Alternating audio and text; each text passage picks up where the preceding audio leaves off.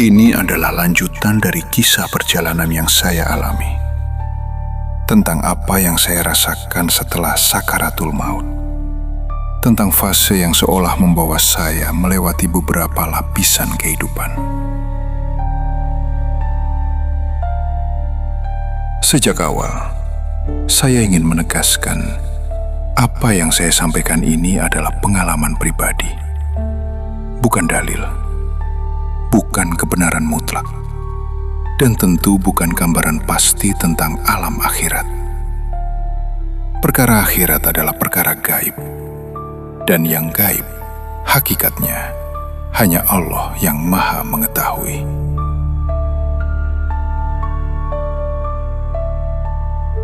Setelah melewati fase yang saya ceritakan sebelumnya, fase seperti berada di alam jiwa, dan kemudian berada di alam yang terasa berbeda dengan dunia ini, saya sampai pada satu titik perjalanan. Saya berdiri di depan sebuah pintu. Bentuknya seperti gerbang gua. Di sana ada sosok yang berdiri, seolah menyambut dan mempersilahkan masuk. Hati saya bertanya, apakah ini pintu surga ataukah pintu neraka?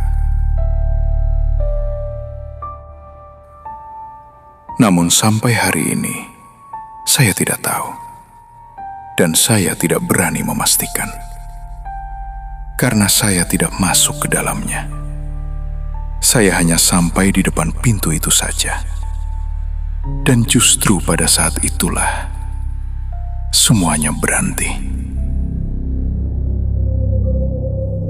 Kesadaran saya kembali perlahan. Saya merasakan tubuh saya lagi. Haus terasa. Lapar terasa. Keinginan-keinginan manusiawi muncul kembali.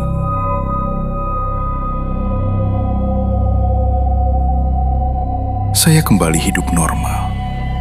Seolah perjalanan panjang itu bukan untuk menunjukkan akhir kehidupan, melainkan untuk mengingatkan saya tentang makna kehidupan.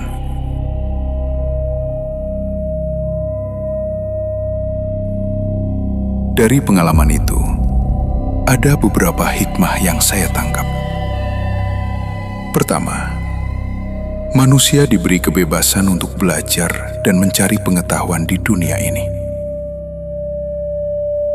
Kita boleh berpikir, boleh meneliti, boleh berusaha memperbaiki keadaan, boleh ikut campur dalam urusan dunia demi memberi manfaat bagi sesama.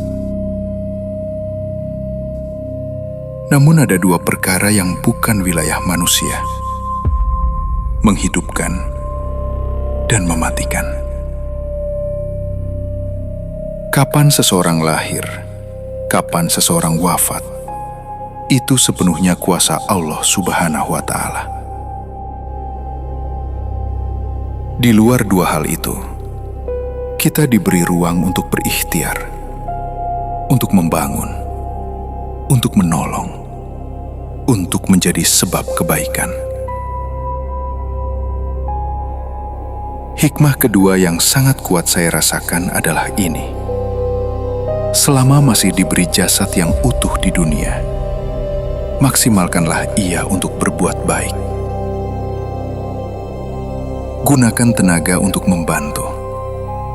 Gunakan lisan untuk menenangkan. Gunakan pikiran untuk menciptakan manfaat. Karena saat fase tanpa jasad itu saya rasakan, tidak ada lagi kesempatan untuk memperbaiki. Yang ada hanya kesadaran.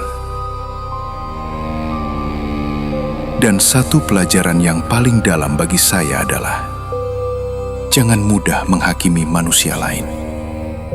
Kita tidak tahu bagaimana akhir seseorang. Kita tidak tahu bagaimana Allah menilai hamba-Nya. Keselamatan akhirat bukan wilayah kita untuk memastikan. Surga dan neraka adalah hak Allah, rahasia Allah. Apa yang saya alami tidak bisa dijadikan dasar untuk memvonis siapapun. Tidak bisa dijadikan ukuran untuk menilai keyakinan orang lain. Saya tidak mengatakan semua jalan sama. Saya tidak mengatakan semua keyakinan pasti sama. Saya hanya menyadari bahwa rahmat Allah itu luas, dan manusia tidak diberi kewenangan untuk menentukan siapa yang pasti selamat dan siapa yang pasti celaka. Karena yang paling penting bukanlah apa yang kita klaim tentang akhirat, melainkan bagaimana kita menjalani hidup hari ini. Apakah kita membawa manfaat? Apakah kita memperbaiki diri?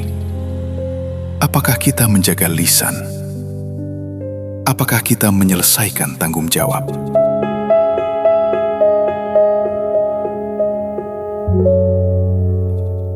Perjalanan itu membuat saya lebih berhati-hati dalam berbicara, lebih lembut dalam menilai orang lain, dan lebih sadar bahwa hidup ini singkat. Jika pengalaman itu adalah teguran, maka itu adalah teguran yang penuh kasih, agar saya kembali ke dunia dengan kesadaran yang lebih dalam, bukan dengan kesombongan. Karena pada akhirnya, yang kita bawa bukanlah perdebatan, bukan klaim kebenaran, bukan vonis terhadap orang lain.